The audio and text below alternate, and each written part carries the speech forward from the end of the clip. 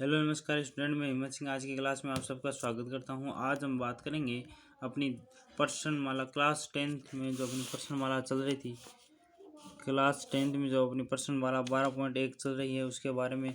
जो पीछे की क्लास है उसमें मैंने आपको इस पर्सनमाला के पाठ परिचय के बारे में बताया है, इंट्रोडक्शन के बारे में बताया है। इस चैप्टर में 12.1 का जो इंट्रोडक्शन है वो मैंने पूरा करवाया है। अगर आपने वो क्लास नहीं देखी है तो ये क्वेश्चन आपको समझ में आना बहुत ही मुश्किल है। तो आपको क्या करना होगा, सबसे पहले वो क्लास देखनी होगी, फिर आप इस क्वेश्चन को समझ सकते हो।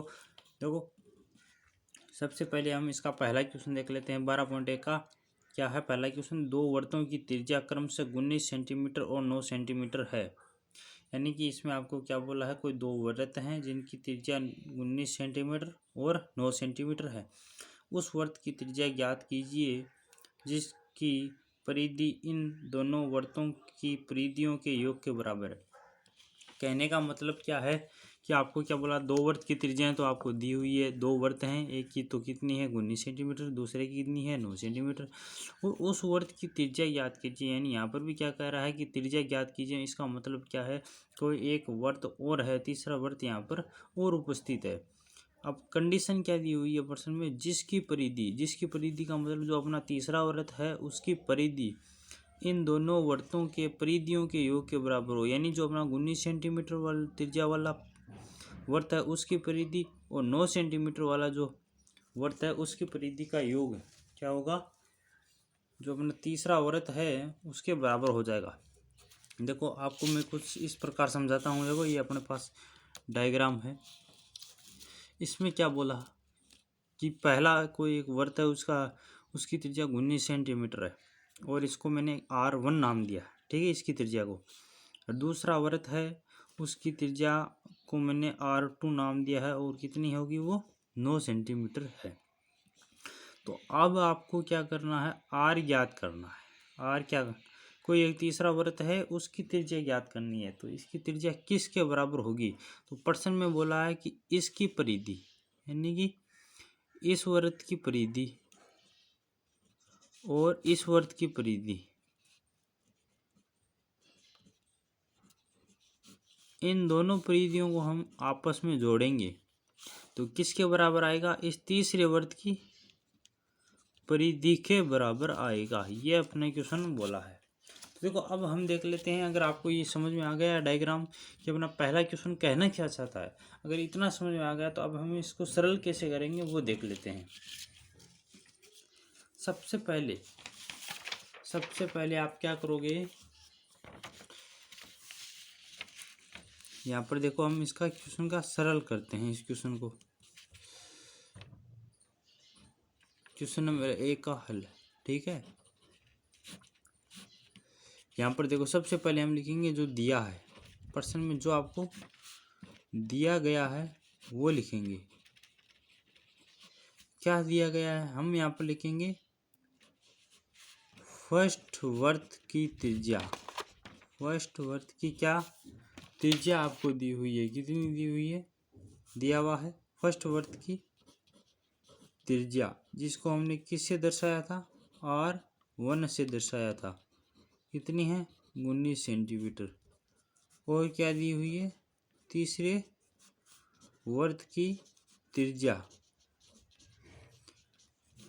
R2 दी हुई है। कितनी दी हुई है, R2। और ये कितनी दी हुई है 9 सेंटीमीटर, ठीक है।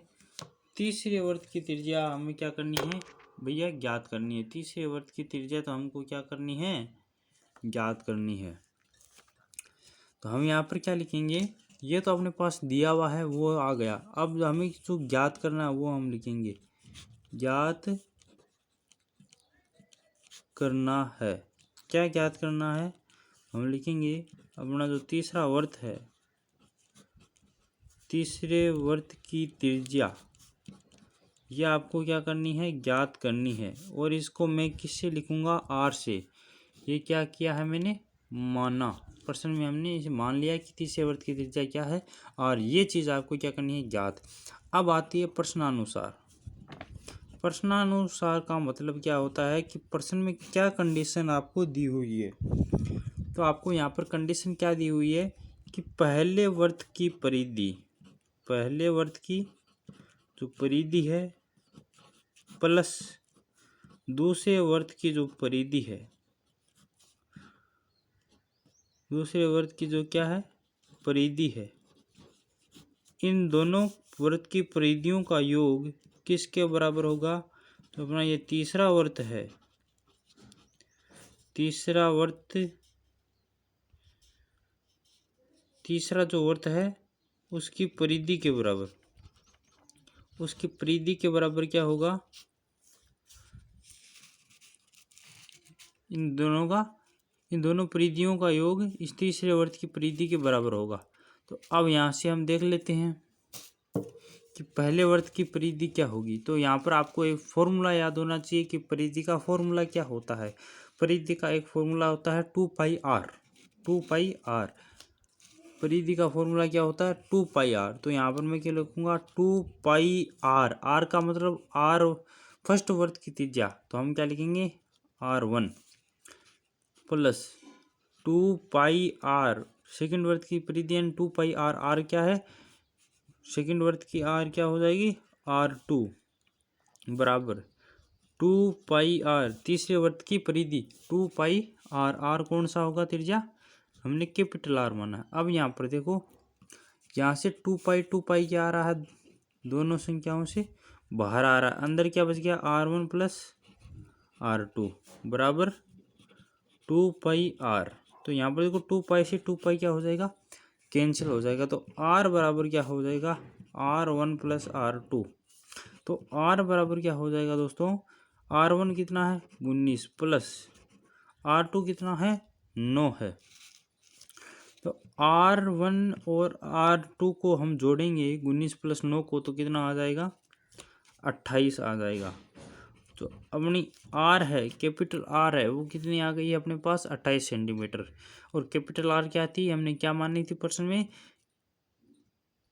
तीसरे वर्त की त्रिज्या मानी थी। तो हम क्या लिखेंगे यहाँ पर, हम अपना डायरेक्ट उत्तर लिखेंगे। अतः तीसरे वर्त की त्रिज्या, तीसरे वर्त की त्रिज्या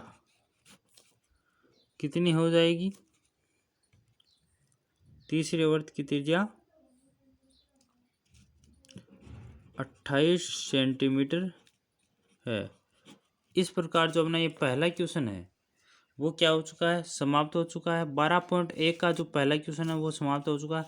अगर नोट करना चाहो तो यहाँ से नोट कर सकते हो, प्रश्न आपको अपनी बुक में मिल जाएगा। यहाँ से डायरेक्ट आप अगर उत्तर लिखना चाहते हो तो लिख सकते हो। एक बार मैं आपको वापस दिखा दे रहा हूँ।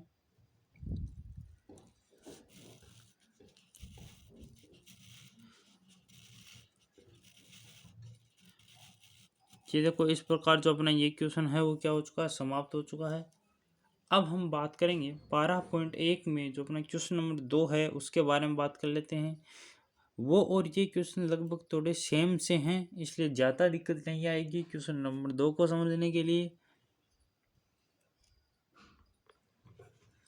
तो दोस्तों क्वेश्चन नंबर 2 क्या है कि दो वर्तों की त्रिज्या क्रम से 8 सेंटीमीटर और 6 सेंटीमीटर है। तो उस वर्त की त्रिज्या ज्ञात कीजिए जिसका क्षेत्रफल इन दोनों वर्तों के क्षेत्रफल के योग के बराबर हो। देखो उस क्वेश्चन और इस क्वेश्चन में क्या अंतर है, सबसे पहले तो वो समझ लो। पहला जो क्वेश्चन मैंने अभी आपको बताया है, देखो इसमें आपको क्या बोला है, उस क्वेश्चन में आपको क्या बोला था कि जो तीसरे वर्त की जो त्रिज्या ज्ञात करनी थी उसमें आपको क्या बोला था कि पहले और दूसरे वर्त की परिधियों का योग तीसरे वर्त की परिधि के बराबर है।